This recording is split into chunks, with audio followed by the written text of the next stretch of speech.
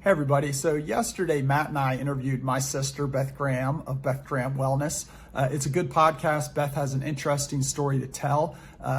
Growing up, she was not really interested in traditional sports, but she was in a car accident in her 20s. And through this car accident, she found yoga and has developed a passion for yoga and ultimately teaching yoga.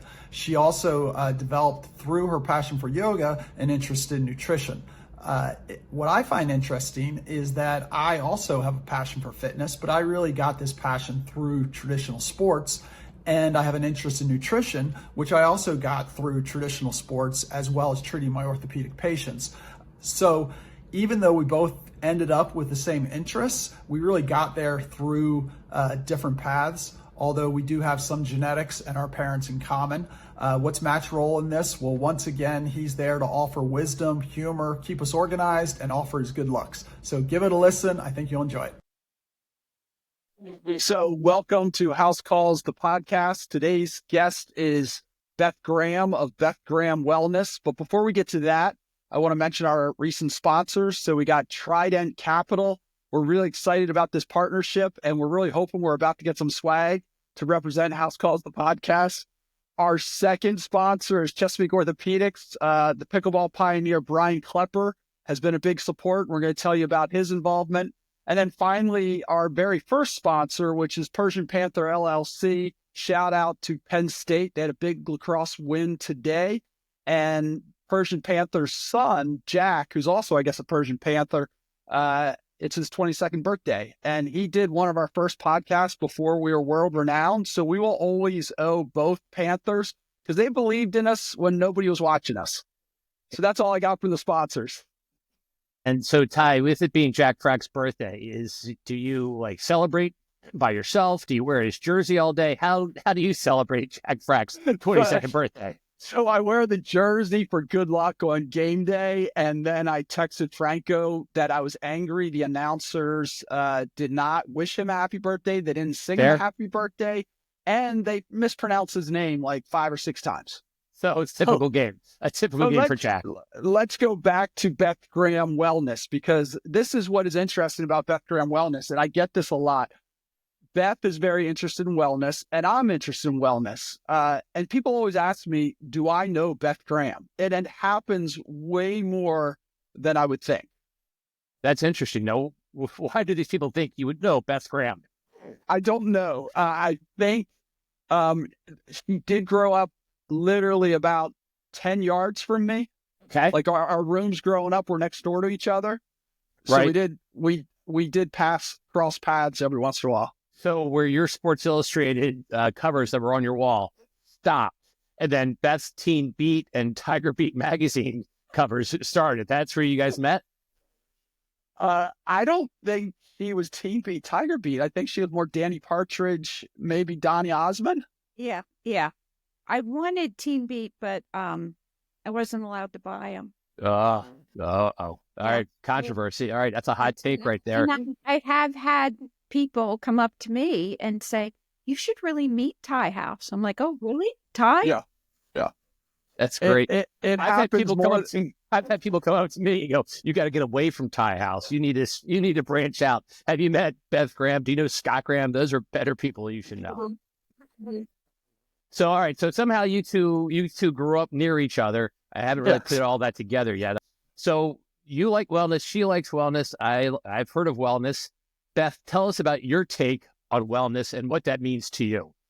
Okay. So I do think it's something that is internal, and I don't know where it comes from, but there was a search early, probably not as early as Teen Beat or Tiger Beat, but definitely in college, I would buy magazines because they would have a health column, and I would read them and think, okay, I need to only eat grapefruits for a week, and I'm going to be taller, thinner, and blonder, and life is going to be perfect. Wait a second. Let me write that down. Grapefruits. Okay. All right. It just an idea. Okay. So there was definitely a search, but when I was younger, I didn't know quite where to search. I had an interest in going to nursing school, and that wasn't quite received well. So I did work in my dad's office, an orthopedic hand surgeon, and I was around that. He then had a new doctor come on and he needed a medical assistant. So I did that for a little bit. So I liked being in that atmosphere. Then 37 years ago, I had just gotten married and I was in a car accident where I was rear-ended and had some cervical neck issues and went on with high impact aerobics and running. I liked the aerobics a lot. Running I did because I thought it's going to help me maintain a certain appearance. I never Sure. that.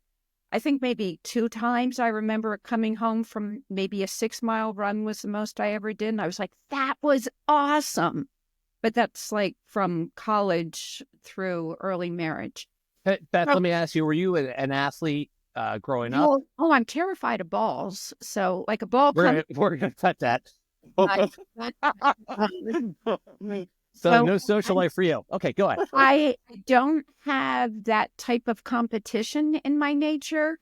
So Uh, I always thought, and I have a friend who's 5 years above me at the same school, and she had the 3 varsity sport white blazer and the kilt. And I always talked to her. I'm always like, oh, I wanted your blazer and kilt so bad. I did not want to play the sports though.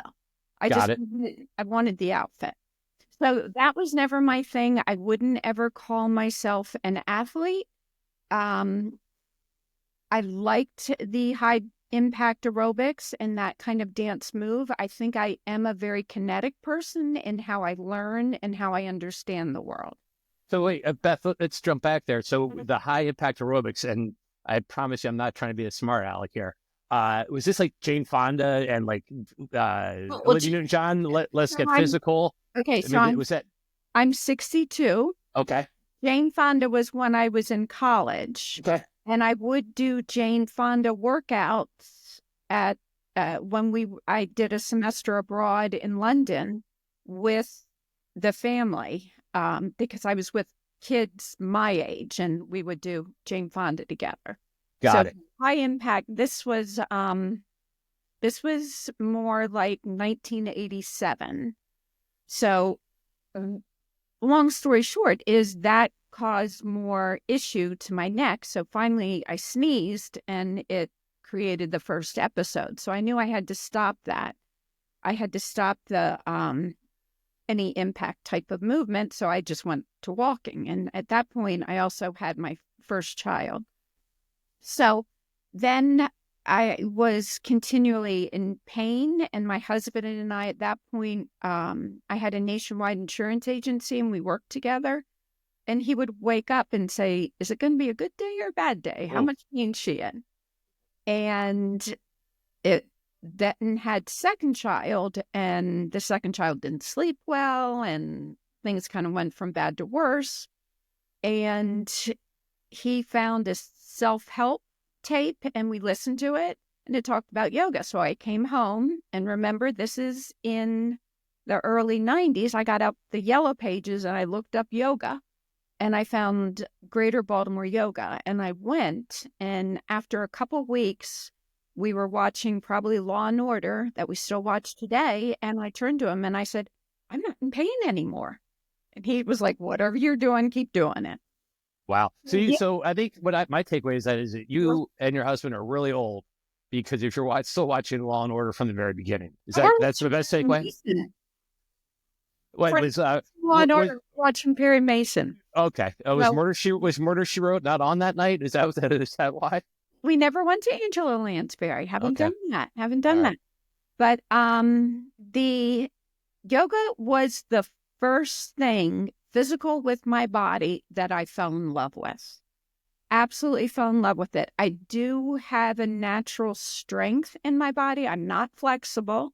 I can do things because I've been doing it for now 31 years, but it's more the strength. Like I could do the handstands and those things when I was younger. So that connection and it was the first thing I fell in love with. And it's still, other than Like it's my love. So There you go. Was back then, was there like now there's a yoga studio on every corner. They're like Starbucks and McDonald's. Was so that was now, that hard to find back then? yeah, there was one Greater Baltimore Yoga, and Uh, grateful that that's what there was, because it's a studio with following BKS Iyengar. What was the gift that I have is that I started yoga 30 years ago. So my first teacher, Bob Glickstein, trained under BKS Iyengar. I don't want to get too much into it because people might not be interested, but there were two men that brought yoga to the States and really made it popular. And Mr. Iyengar was one of them. So I actually have this direct lineage in learning from one of the yoga greats. The yogas on every corner in Baltimore, we've lost pretty much all studios almost. There's only a few after 2020. So it's really... Is part of that due to just online yoga, or is it all related to 2020 COVID? I think it's COVID. We lost Yoga Works, which was a national chain. Kim Manfredi had started Charm City Yoga that was bought out by Yoga Works, and Yoga Works went under.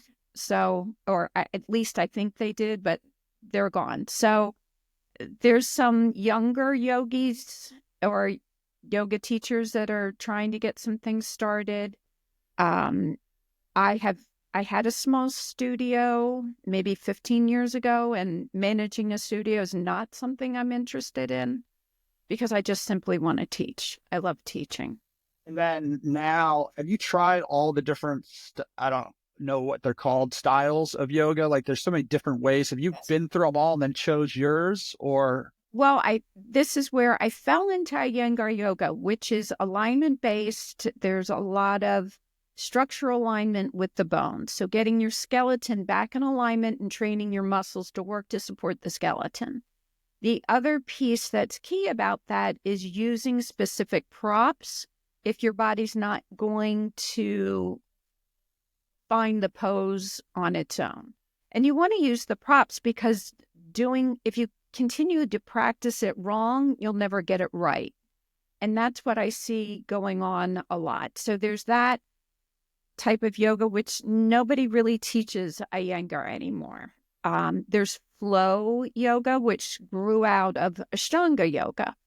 So what I've done, power vinyasa training, and what that I've done is I've married the two, where it's a flow or movement class, but we're in the poses for a long time, compared to what you would take in like a real quick power class. Right. Where people can take the time to align and learn what muscle do they contract.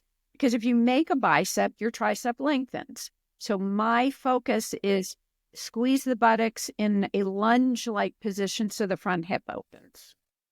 So Beth, you grew up around, in the medical community.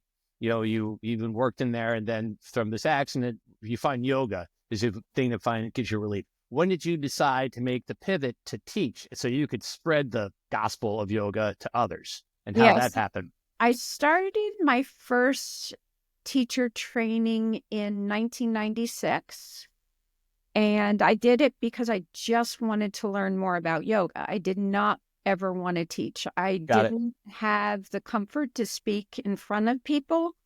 I would say I'm probably somewhat introverted.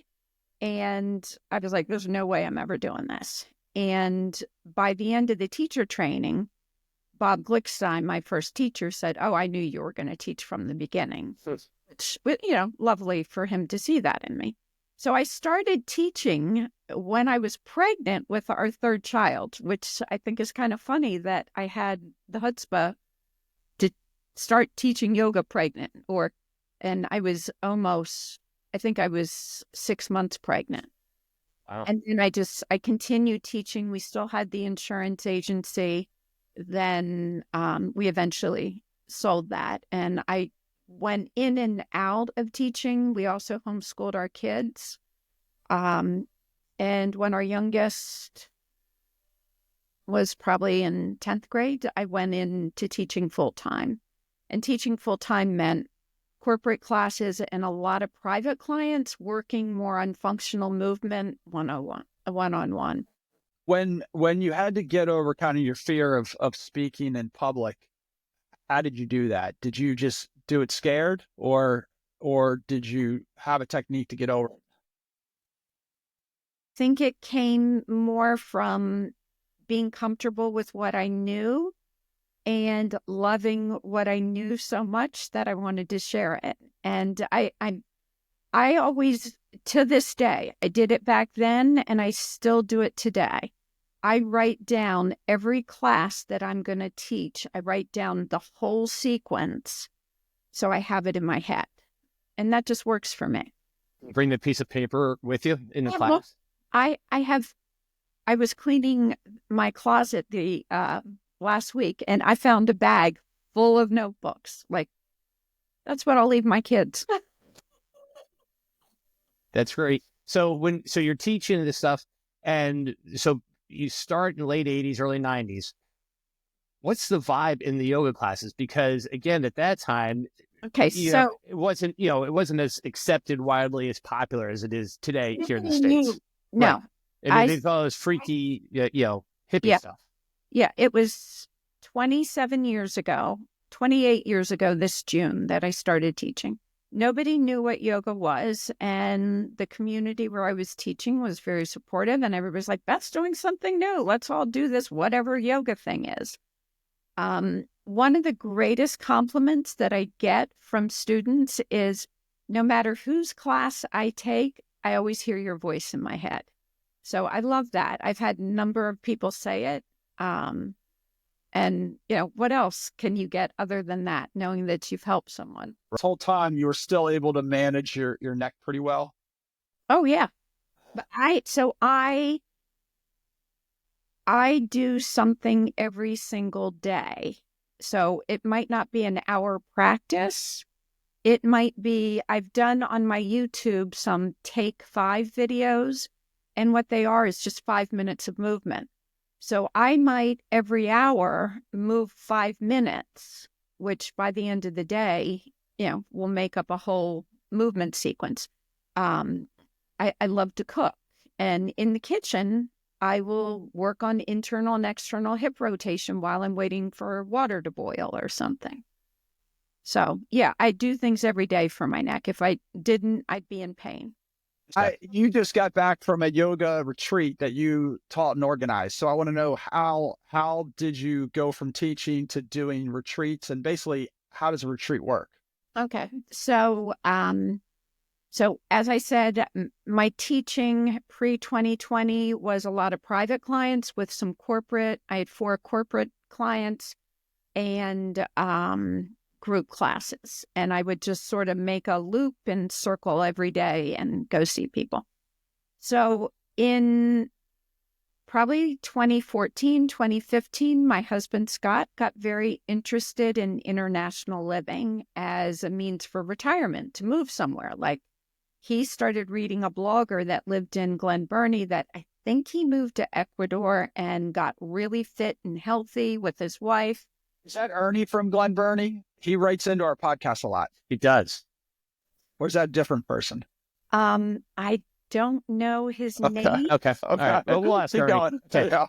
Okay. I don't know. But Big Scott's fan. very interested in international living, then wanted me to teach a yoga retreat somewhere where we would do that. And then in 2017, he was saying, let's look at these places. I want to go somewhere for a couple weeks. And we narrowed it down to Costa Rica. We had been there in 2001, and I didn't remember it fondly because I had 3 young kids, and it was like herding cats through the country. But another yoga teacher had posted some pictures, and I was like, well, it's such a beautiful country. I don't remember it being beautiful, but I was probably a tired young mother. So we went there, and I got a taste, and I saw a couple resorts, and I was like, I could do this. I'm excited. So the next year, 2018, we went back with a plan. We wanted to go to the Nicoya Peninsula. Have you read Dan Buettner's The Blue Zones? Yeah. I have not. Yeah. I have. I love it. Yeah. Okay.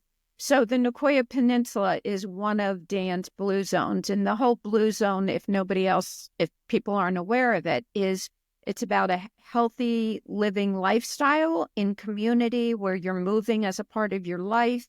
You're eating certain healthy plant-based foods. Some have meat in them.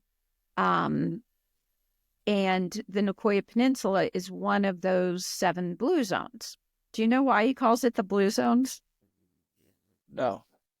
So when he was doing I didn't know we were going to be quizzed. Yeah, I did not know there was math on this. I did not know there's a geography test. Mom, it's called the blue zones because he had a blue Sharpie when he was doing his research and circled them all with a blue Sharpie on the map. Wow. Okay.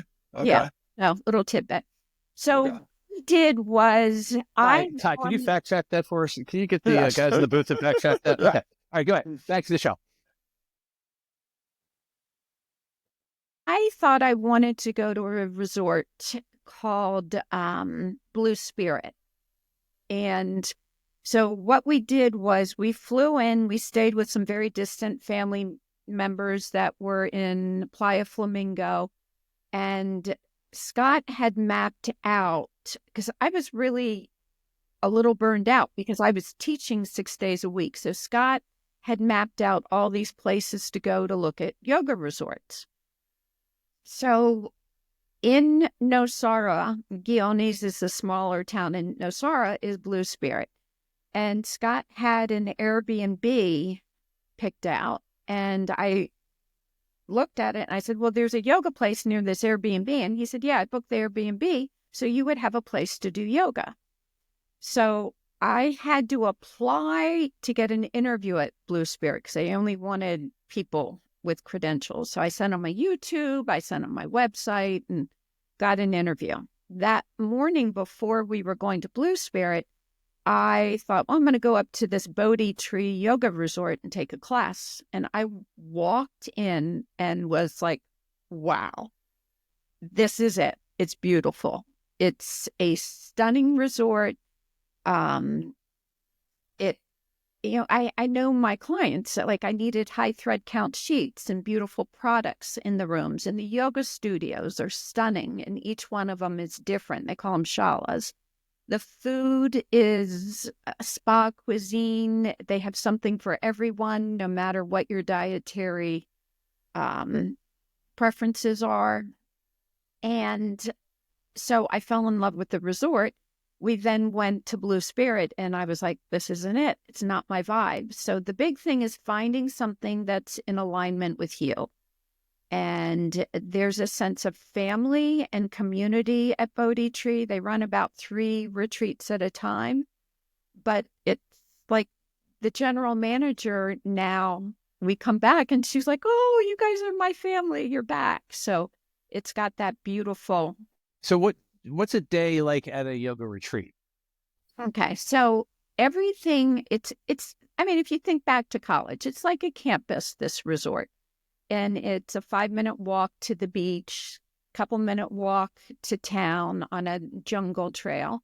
So people wake up, and if they're an early riser, they might be sitting by the pool, having a cup of coffee, reading a book, journaling. I've had artists on the trips, so they might be painting or sketching. Then at 9:30, we have our first class. And the first class is an active alignment class where it's sort of Beth yoga. It's like my love of the way I teach, what makes sense to me. Then So you're not following somebody else's protocol. Over the years, you've created your own protocol. Okay, cool. Okay. Yeah. People have asked me how. I've had students say, well, I want to do a teacher training. How do I do it like you? And I'm like, well, I don't know. So they're like, no, Beth yoga. Then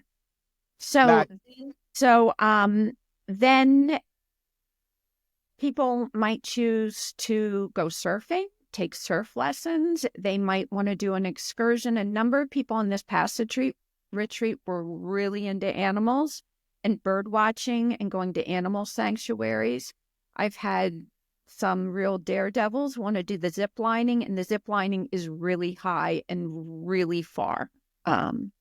So there's a lot of things people can do, or they can choose to do nothing and sit by the pool and relax and read a book, or go to the spa and get a massage or get a facial or whatever.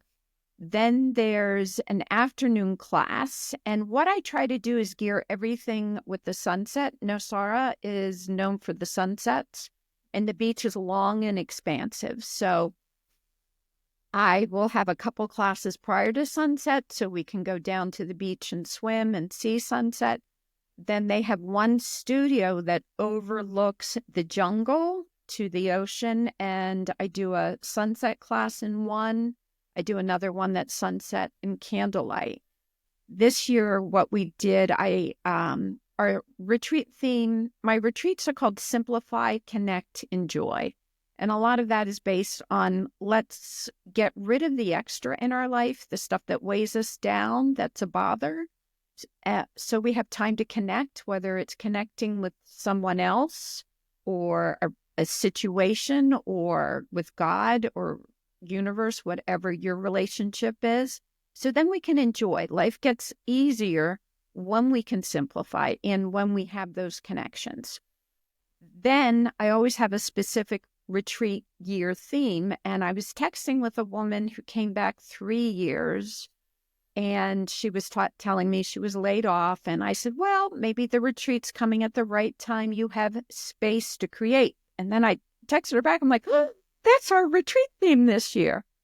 So with that, a woman out of the blue emailed me, who is an artist, about painting sunsets. So I organized that for the last night, where we all sat on the beach and painted sunsets, which was a nice way to tie together the whole experience of creating. You know, we had the space to create. So I have a bunch of questions. So the people who are going on the trip, are they mostly like your regular students?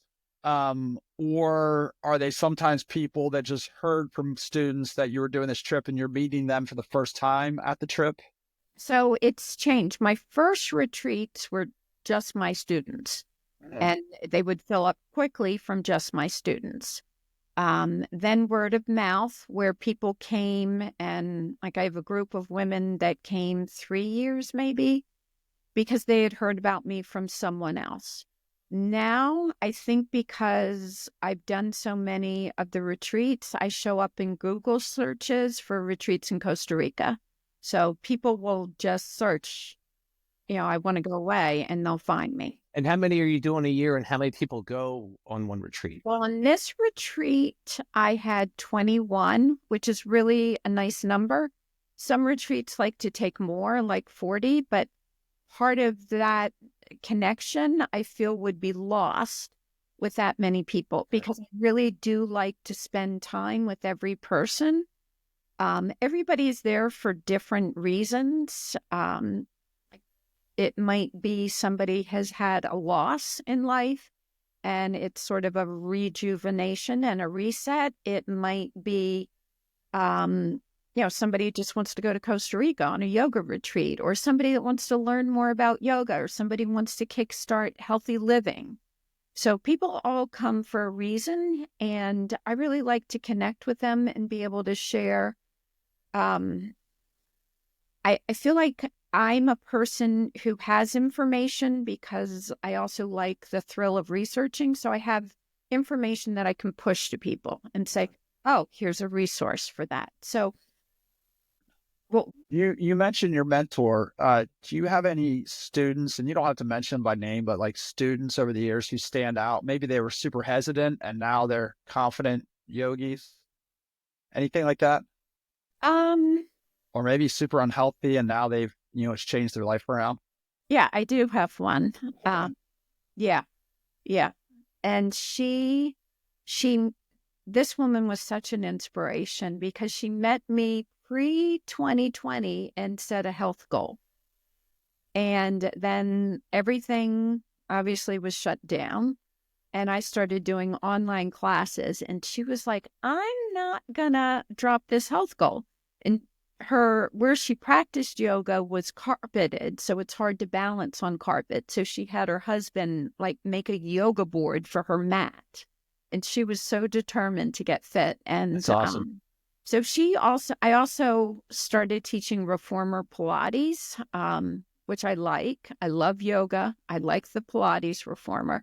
I think it's important because it's resistance work and a lot of building muscle because you're working against springs and then you're resisting the springs. So you're using, different ways muscles function. But she's in my Pilates classes regularly now. That's fun. Yeah. So yeah. you have mentioned how important strength training is for everybody as you age, but especially women. Do you add that to do you do that with Pilates? Do that with yoga? How do you work that in? A big piece of that also is with yoga, and there's been medical tests done and there's data. And what is important, again, is what I said previously about the contraction of a muscle. Because as you know, you contract a muscle, it pulls on a bone and creates positive stress. So the bone gets stronger. So a lot of those types of poses might be standing on one foot, like we've all seen tree pose. But that standing leg, it's making sure that the head of the thigh bone is perpendicular to the floor, which takes outer hip and buttock strength. So I'm always reminding students, squeeze your buttocks, squeeze your glutes. And the one woman that I mentioned, she said, I used to feel like I wanted to throw things at the computer because I'm like, what do you mean squeeze my butt? I don't know how to squeeze my butt. And then she did it for the first time. She's like, oh my gosh, I get it. Squeezing my butt. Very cool. And that's the fun thing I think about yoga is, and again, it comes from the teacher, but, there's little cues like that changes everything. And it's one little, you don't think about it, but if you're like this and then you go like this, it changes the balance, it changes everything. So little cues like that can make going to change your alignment because you went like this, and I'm going to say lead with elbows, go like that. Ty, we're going to cut that out. She just makes fun of me.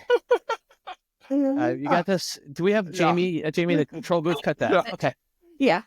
But that's I know, but my brain works. As soon as you did it, that's where I went. When I go to the grocery store, I just sit there and look at people's bodies all the time and how they could change and feel better. But I don't walk around the grocery store saying, hey, if you dropped your shoulders from your ears and engaged your front core, you would feel better and stand taller. You don't do that? No, I don't. Okay. Because I used to know a doctor who would walk up to people like in public and be like, oh, your hand is doing this thing or your gait is this thing. And he would he would offer to tell them how to fix them. And I'm the opposite. I'm like, I don't know any doctors. Yeah. Yeah. No, but my brain always is processing how I see people's bodies. Okay. So Matt and I just did our first House Calls the Podcast retreat. And we were kind of shy. We only invited 2 people, and they were pretty good. It was a lot of time with them. They were a little bit much, but we still really enjoyed it. But it was a ski trip because we thought that would be a good venue for us to teach. What was interesting was Matt's teaching style was very different than my teaching style. So, and I thought the balance worked well. So what I did was I just kind of did my thing on the ski trip and they could watch me and follow me and that kind of stuff. But what Matt did was he's really into putting yourself out there and don't be embarrassed by putting yourself out there. And so what he did was the first day, he just fell off the ski lift. And it was the perfect teaching thing to be like, nobody's going to remember that you fell off the ski lift. Nobody cares. They're thinking about themselves. You don't even know these people. And I was like, that was a brilliant teaching technique. And then the second day, at a gas station, he got in the wrong car. So it was a similar looking car, but he got in the wrong car. And he's like, I'm like, I totally understood the don't be worried about being embarrassed. But he just nailed it home, like 2 days in a row, great ones. But the third one is the relevant one, is that at the end of the day, he knew his limits and he would go on the catwalk, like the easy slope from the very top of the mountain all the way to the bottom. just staring at the sun, singing to himself, watching the scenery, having a great old time. And he basically was teaching the rest of us, stay within yourself and enjoy, stop and smell the roses. Mm-hmm. All true. 100% true. Yeah, every now and then you got to take one for the team and put yourself out there so others can learn. And sure, I might have been hurt. I might have been injured. I might have been pushed off a ski lift. We'll wait till the videotape comes back from that. It might have been the one and only House Calls the Podcast retreat. It was, some people call it an assassination attempt. But anyhow, all true. And the most important part, though, is, you got to take your moments. You got to stop and smell the roses, and you got to just enjoy nature. And that's really, people know that I'm very much an avid indoorsman, but when I get outdoors, I can shift gears a little bit and enjoy that as well. And I think it's important for people to see all sides. That's just my teaching theory. So off air, we will get ideas from Beth on how to expand our retreat next time. And also maybe we should do a different activity than skiing. But the next subject I want to talk to, is we touched on it briefly, was the nutrition part. And you mentioned, I forgot what you said, tall, skinny, and blonde or something. How did your views on, since you've been paying attention to nutrition since college, how have your views changed over the last 4 years? So, a lot of it is the information that's available. And we know there's a lot of information and some of it is confusing.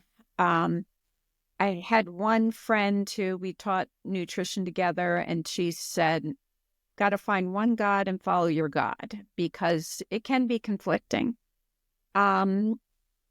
So I've made a lot of nutrition mistakes, and I would say the first one was becoming a vegetarian and cutting out meat.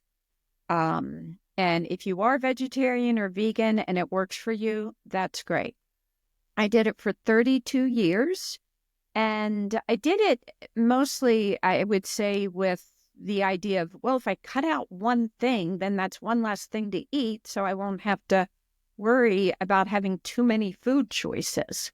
So it really didn't make sense for me and for my body type. I had an acupuncturist and a chiropractor who both said, you need meat. We have an interesting relationship with food, and there can be a lot of emotions with it and a lot of drama. And for me, it was not the right thing to do. And I listened to this teaching friend who was vegan, and in my gut, which I didn't listen to, I was thinking, I need to follow the Weston Price diet, which is pretty much what I follow today, which is eating whole foods. I did a blog back in August about not eating anything from a bag, a box, or a window meaning a drive-through. And what I shared in that blog was, this is not something where I made a choice to do something and had perfection the next week.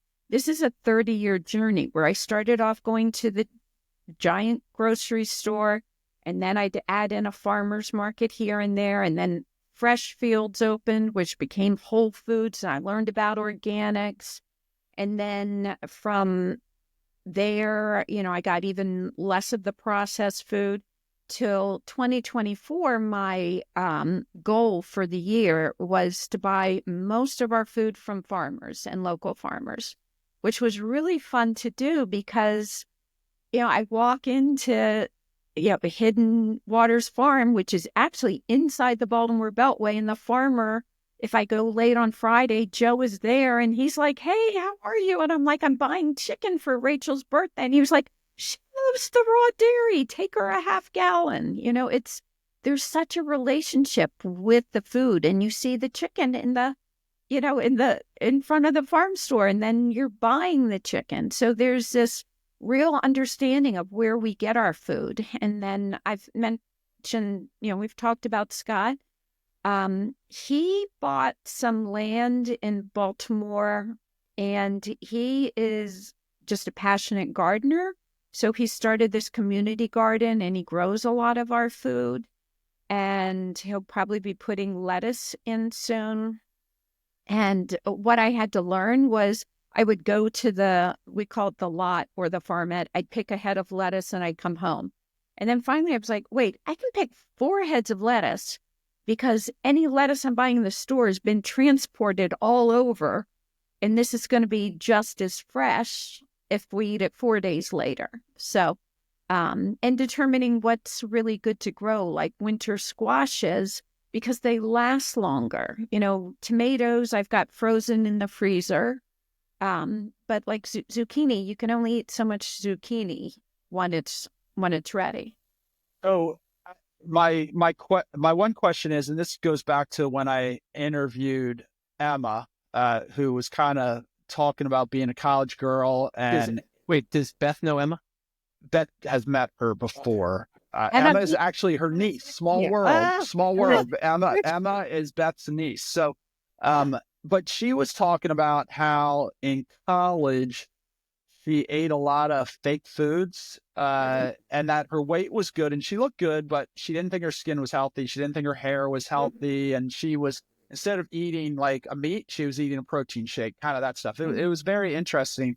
And what I'm wondering about is, when did you make that transition from where it wasn't you were worried about your weight or the way you looked, and it was more about how you felt?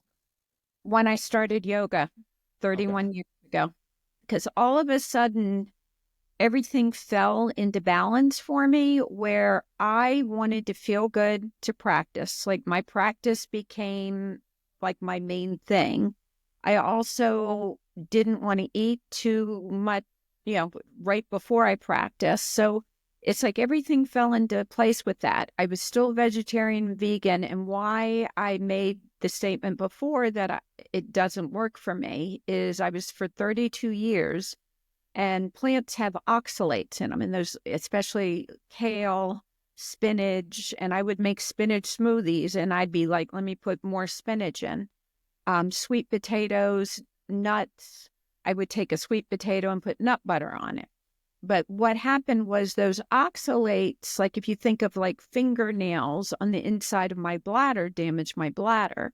So I developed something called interstitial cystitis because I'm a digger and a researcher. And I do feel like God puts the answers in front of us. We don't always have to be looking. Like Bodhi tree just showed up for me. We were going out to dinner with a friend, and I didn't want to eat spicy food because I knew that wasn't good for my bladder. He then sent me a YouTube because he's another medical junkie like me. He sent me a YouTube. I watched it. I found a doctor who specialized in it and went to see her. And I said, this is the deal. This is what I think I have. And this is what I'm already doing, this high dosage of aloe to recreate the internal lining of my bladder. And she said, yes, I prescribed that, air quotes, because you can get it over the counter. And she did a bladder scope. And then I did what I call adult potty training lessons, because I had to retrain my bladder to work. So I'd see a nurse who would put an acupuncture needle in my ankle, hook it up to nodes, because the bladder nerve goes down to the ankle. And then she would start to turn up the nodes to the point where I could handle it, type of thing. So now my bladder functions, but I still have to manage it. I can't do a lot of citrus. I can't do tomatoes. I really try to keep the oxalate foods out. So I only have butter lettuce and romaine lettuce. Kale is kryptonite for me, where before I would have huge bowls of kale. And I really learned what works for me. The other thing is I don't need to eat as often. My daughter, Rachel, who is in the health world as well, said I was the most healthy person, because I was seeing clients. I'd leave Monday at 8 a.m. and I could get home at 7:30. And I ate my meals in the car, but I had to eat something after every client. Now that I eat meat, and it's only grass-fed beef from local farms, pasture-raised chicken eggs.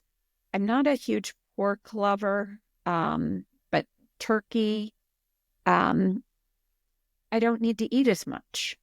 So, or as frequently. I don't snack. Some days I'm fine with 2 meals a day. Other days it's 3. I listen more intuitively to what my body wants. And when I'm eating, I'm putting together the ingredients of the day. So when I'm making a choice, it's not, what would taste good now? Chocolate cake or ice cream? I say, Both. a la mode. Say, okay, what dairy have I had today? What do I need to support my bones? And I might say, okay, I haven't had any dairy, so I'm going to have this raw dairy cottage cheese. And I'm, going to put it together that way. Dinner's my biggest meal. And I know people say have breakfast your biggest. I'm not hungry in the morning, so I'm going to listen intuitively to me. I might not have eaten today until 11:30 or 12. And my biggest meal will be dinner tonight. So, and dinner is always protein and vegetables. Sometimes there's a carb like butternut squash or delicata squash or roasted potatoes that I roast in lard. But everything that I eat, I used to hear people say, well, I don't live to eat, I eat to live. And I'd be like, oh my God, how do you do that? But now that's how I feel like I eat. Like I'll say sometimes, oh, I need to up my antioxidants. Let me eat these goji berries. Or I don't eat a lot of fruit. I did in Costa Rica because it's readily available. But at home, I'll eat blueberries maybe, or organic blueberries, wild, or apples probably. So there was a time, I can't put the years on it, where it was kind of like if you were going to eat the healthiest diet, they would say eat a vegan diet. And I think a lot of people were like, there's no way I can do that. I can't eat sticks and celery, so I'm just going to keep eating pizza and hamburgers and French fries. And now all this information's coming out that you can eat eggs. Like when we were growing up, it was like you could only have 2 eggs a week, or other than that, they were bad. Now it's like eggs are great for you. They're superfood. You can eat meat.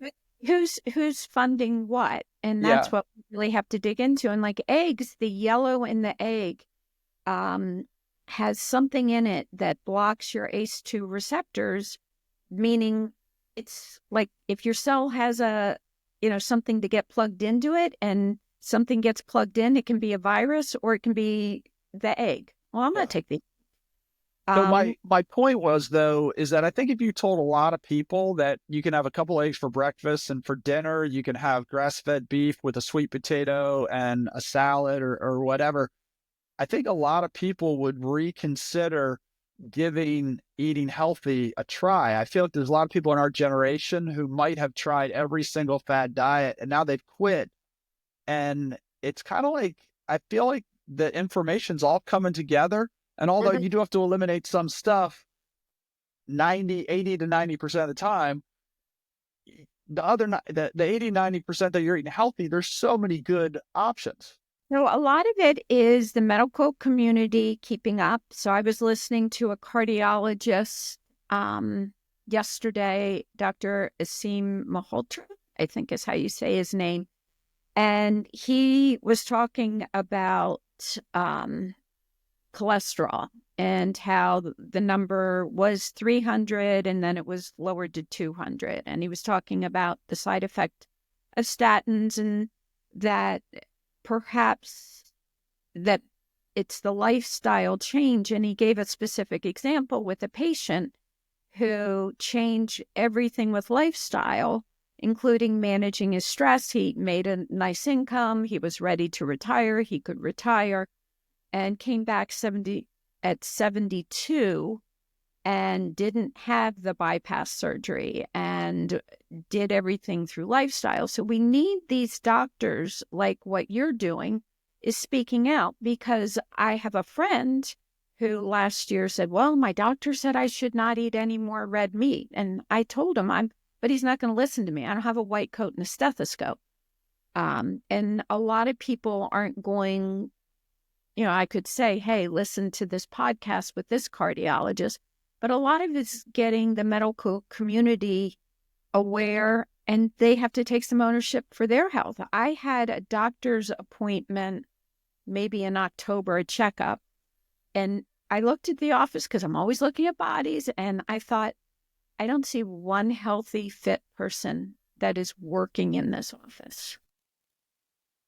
It's interesting. I am seeing a lot more people in the office who are interested. They ask spontaneously, can my diet affect my inflammation levels in my body? And I always tell people, and I think it's a good way to start. If you're just eating doing a diet to try to lose weight, that goal is way too far, and that's why people fail. But if you're doing it so you have energy that day, you feel light that day, you feel good that day, then it's more like one day at a time, like giving up alcohol. It's a one day at a time thing, and I do feel like there's people who are really starting to connect their health to what they eat or how much they move.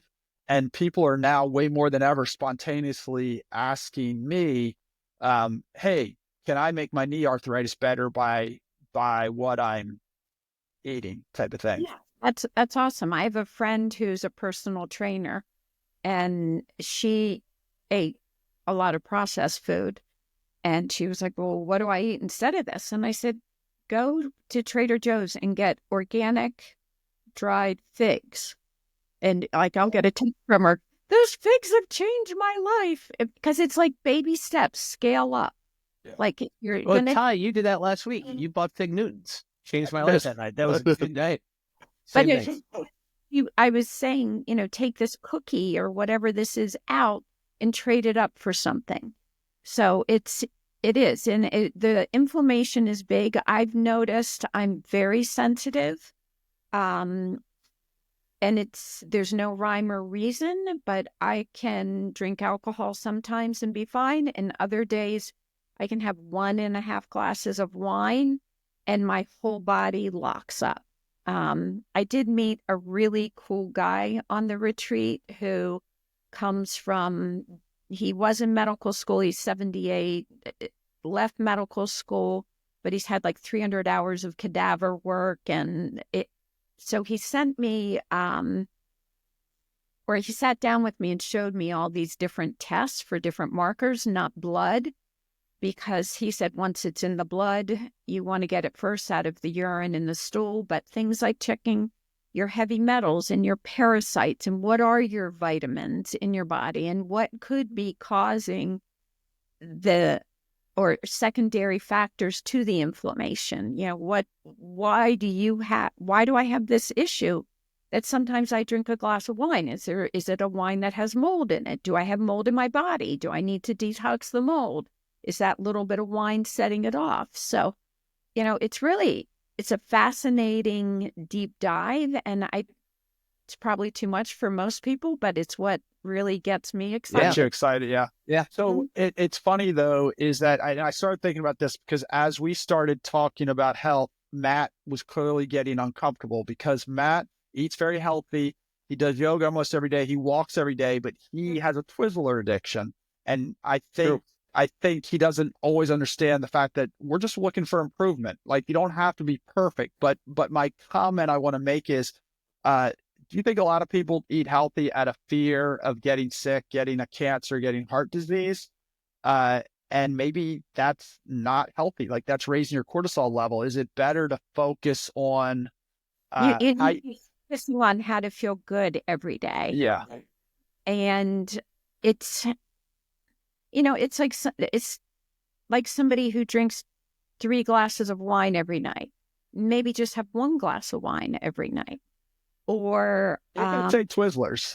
Like, he's right there. You can talk to him directly. And yeah, please. And it helps. But also it takes a village. The other piece, I used to coach nutrition at a medical wellness center, and the doctors would do all the blood work, and somebody had, Hashimoto's or had some other autoimmune disease or whatever it was that person was there for. then I would follow the protocol with the person. And I would say to some of, mostly women, there were men, but I would say, you are taking styrofoam balls and trying to build a house. Like, you cannot build a house with styrofoam balls. And this is where the yoga piece comes in, and the spirituality is, we are all divine vessels. And to honor who we are, we need to put the right things in every day. And is the Twizzler, is whatever it is that's your vice, is that serving this divine creation? I'm going to say yes. And Yeah. Beth, you're talking out of your ass. You don't know what you're talking about. Though it is pretty amazing, Matt, and it has to do with some of the challenges we're doing. Is that like, so you start doing yoga and then you want to feel good while you're doing yoga, so then you start eating better. But other people, they start eating better, then they have all this energy they want to let loose. So they go for a run or whatever it is you do. It just, you start with one thing and it just builds on itself. Absolutely. And Beth, as you were saying, for me, I try to eat healthy, but I don't love eating, right? If I could take a pill that would take care of all the vitamins, everything I needed every day, be very happy with that. But it's the way I look at it, it's energy, right? It's the fuel I'm putting into my body. And so I feel better for the next day. And I just think everyone's just got to find their thing, right? Whatever it is, their why. And I think if you find that can ignite a whole lifestyle change. Well, and that's where we are all different, and we need to listen. I feel like we need to intuitively listen to what our bodies need. We've gotten so disconnected from our bodies, and you listening and figuring it out is what's best for you. And maybe Twizzlers don't hurt you. If they don't, but for me, maybe stronger. They make you bigger, stronger. Yeah, maybe. But for me, Twizzlers, I would have flare-ups. Yeah, but look at Ty. Ty was raised on ho-hos and ding-dongs. And that's not a good example because look at him now. So maybe you're right, Beth. Maybe you are right. And your mother kept them in the freezer to keep them fresh. No, yeah. But I think I'm a perfect example is that we grew up in a house where our parents were health conscious, but we didn't have all the best information. So for instance, I was skinny. So back then, why would you worry about sugar? I didn't get cavities and I was skinny. So you never think, oh, he's got to watch his sugar intake. And now we know that maybe that's why I was on Mr. Snyder's couch, 2 days a week, getting, out of class because I talk too much. And as you get older, you realize, okay, well, every time I have sugar, my hip tendonitis acts up or my tennis elbow acts up. And if I don't have sugar, I feel like I'm 17 type of thing. Yes. I do think it's back to the culture where you said people are coming in because there's more information and they're hearing about it today. Back then, breakfast was sugar cereal and a Pop-Tart with skim milk and orange juice.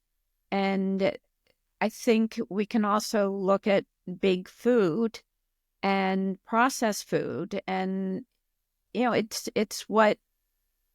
Yeah, no, it's a sign of the times. And it's also what it is, but... to defend my mom, she was also, and you would call it like if it was drugs, it would be gateway drugs, but like everybody would have a salad. The four of them would have a salad, and mine would be iceberg lettuce with Thousand Island because it was like just get him started eat salad. Spinach, we put remember she put bacon in the spinach, so I would eat the spinach. And she gave you and she gave you Tab.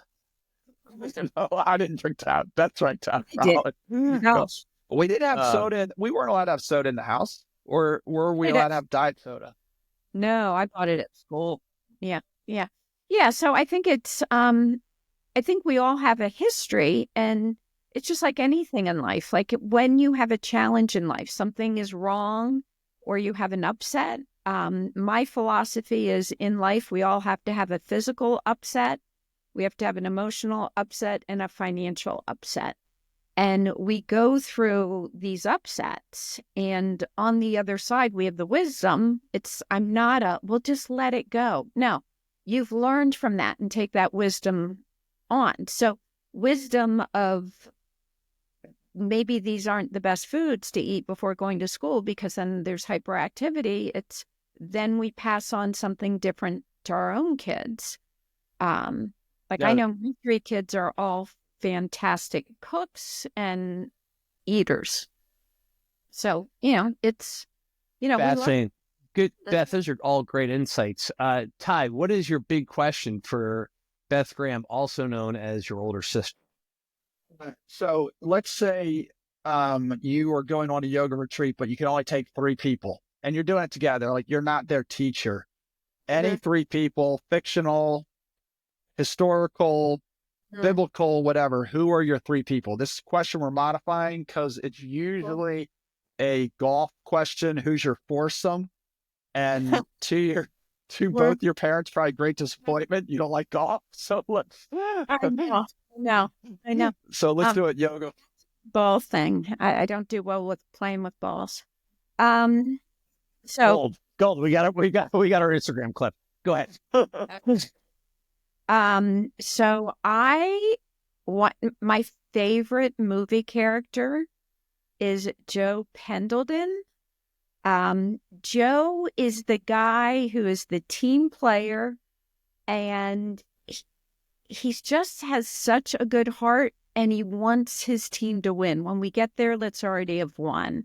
So he's got a positive spirit. It's my husband and I both love movies, and we quote them all the time. We could have entire conversations quoting movies. So Joe Pendleton would be one.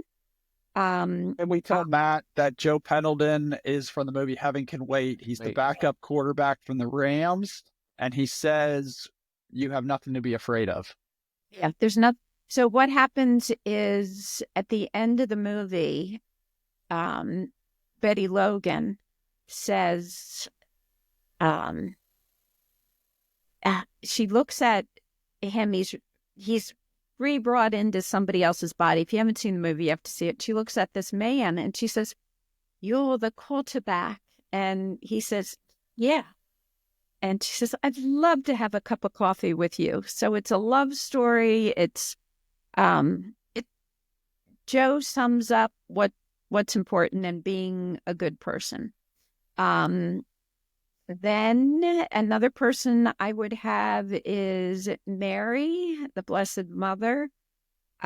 She gives me so much strength as a woman, just from her, when Archangel Gabriel came and said, "You are going to have Jesus." At that moment, she had so much faith and said, yes. Now, she was probably 14 or 15, and at that time, if you were unwed and pregnant, you were stoned. So she said yes with that faith, and I think it's such a beautiful moment. And she also knew that the life that she would be living as a mother and being a mother, that she was going to see her son die on a cross and give his life. And I can't imagine that as a mother. And what Scott says is, before, like if you were to say, who is Beth in one word? And he says, she's a mother. It's the greatest compliment that he could give me, because it's not just a mother to my 3 kids, but like when I lead a yoga retreat, I am there as a mother to care for these people and their experience and their journey on their week with me. So, so that would be my second. Oh my gosh. So the third, that's a lot of pressure. I know. Okay. I know. Super Bowl winning quarterback Joe Pendleton, or I guess he was Tom Jarrett when he won the Super Bowl, Mother Mary, and who's the third? Come on, Mr. Duffy. Come on, Duffy. Mr. Duffy. The third. It is. Trust me. Let's see, the third. Well, How about the guy who's won more Sherwood Forest 3-on-3 basketball championships than anybody in history? Yeah, but I get to be with him a lot already. So, well, yeah. You could bring Scott on your trip with you. I know. I was mentioning to Matt, I love Ann Tyler, the author. I love how she writes a character. I enjoy writing, but I know I don't know who Ann Tyler is. What has she written? She's an author.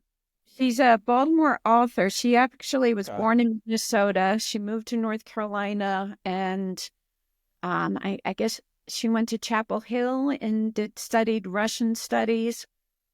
Lived And in then Cross she made Keys. her way to Baltimore, and she made her way to Cross Keys. And the fun story is, it was a birthday for me, and I've read every one of her books, even her books, her very first books that aren't good, because I wanted to see how she had grown as an author. And I just finished her last book. One comes out every 2 years, called 3 Days in June, and it was almost a novella. It was short. But she has a way of developing characters and situations. She wrote Accidental Tourist that was filmed in Roland Park. Yeah. I remember that. Okay. Some of her stories, there's a little bit of a darkness to them. I've read every one of her books probably 3 times. So one birthday, Scott wrote her and said, what I think my wife would love more than anything is to have dinner with you. And she responded and said, I don't meet my fans because I feel like if I met them, I wouldn't live up to their expectations, and then I would have writer's block. So then he sent her a birthday card and said, would you just please send her a birthday card? And she wrote back the birthday card, you have the most persistent husband ever. But then Scott, in 2020, we moved into the neighborhood not far from her, and actually was walking through Cross Keys, and she was outside and, did a selfie with her. She was like, hi, it's me. So that assumes that Joe, Mary, and Ann are all into yoga. That's fascinating. That'd be fun. I have said everybody has that spirit in them. Like I taught at the retreat, my afternoon classes are more restorative in nature, but I did an entire class that was somewhat active supine. So you're lying on your back. I do that a lot at home. Like I might be like, I really don't want to do a lot of standing poses, and I'll lay down on the floor and do a whole practice to get my hips moving, my upper back. And Beth, you're obviously a huge reader, a huge you figured you get your teeth sunk into something, you're going to go after it. What's the most influential book that you've ever read that's changed your life? There's a book called Stargirl, which is actually young adult. And it's a book I've read several times, and it's by Jerry Spinelli, and it's about a young girl. Her name is Stargirl Caraway. Cares away. There's so much there. I guess they call them Easter eggs maybe in it. Right. And it's a story about a girl who's homeschooled, and then she goes to school, and it's about the collective first coming in and embracing her, and then she becomes more like them and is eventually shunned. And then at the end of the book, there's a resurrection. So it follows almost like a Jesus story, but in it, I've read it at different times, and it's a story where she has so much love for other people and doesn't. One of the great lines is how she has no ego. And she's also a meditator, and she can, the way she dissolves the world in her meditation practice. So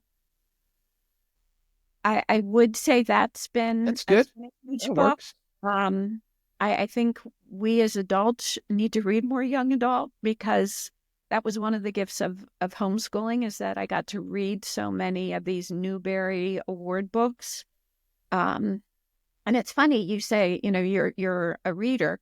As a child, I was not a reader. I was, we moved around a lot. I was always in the C reading group, and I would even just pray. I'd be like, please at least put me in the B reading group. And I met my husband, and he would say, oh, I just read Princess in Berlin. Do you want to read this book? And I'd be like, well, I'm not really a good reader. And he was like, what do you mean you're not a good reader? Do you know how to read? And I was like, well, yeah, I know how to read. But he really encouraged. Scott's in the A group of reading. Always has been. Yeah. He's always said Scott's like a Renaissance guy, and is in He is. 100%. And I say that with all respect and the tip of the hat. He is. Because I am not. Yeah. People would come into our house and say, oh, you play the piano. No, that's Scott. Oh, these are your African violets. No, they're Scott. Right now, it's awesome. I love that. I mean, I love that he's not afraid to try new things and really get into it and capture it. And that's infectious to the way he does it, too. Really encouraged the reading thing. The last question is, because we did cover nutrition, what would be your last meal? I really wouldn't care about what I ate. It would be the people that I was with. You already said Mary Jo Pendleton, the author, and Taylor. Invited. Okay. Wow, the Renaissance guy is thrown to the wolves. All right. This is better. At the yoga retreat, since we had a lot of people that didn't know each other, our son Duncan had been on a Buddhist retreat where they did something where they walked around like musical chairs. When the music stopped, you met a person and you both had to answer a question. So I did that, and hope I don't get emotional because I cried at the retreat when I said this. But one of the questions was, you're 99 years old, you're healthy and fit, but you want to do one thing one more time. What would it be? And mine would be being on the beach in Yones, Costa Rica with my 3 kids and their spouses. There you go. That's awesome. That's awesome. That's so special. How special. And grandkids, because I have a granddaughter. Yeah, now. you do. Oh, that's awesome. Yeah. Wow. Beth, I don't think we get any better than that. And I think that's probably should wrap it up on that one. Yeah, we should end on that. Yeah. That's all. Well, Beth, that's special. Thank you for sharing that with us. That was really nice. Yeah. Well, great. Anything else there, Doctor? No, my one thing is, the fun thing about doing these podcasts is these are people that some of these people we've known for a long time. And one of the reasons Matt and I started doing this is you find out things about people. So one of the things that was fascinating was you got into yoga in 1996. So 1996 was when I was an intern and Ryan was born. So I have no memory. 1994. So what I'm trying to say is 1994, I was a third-year med student. To 1996, I was an intern.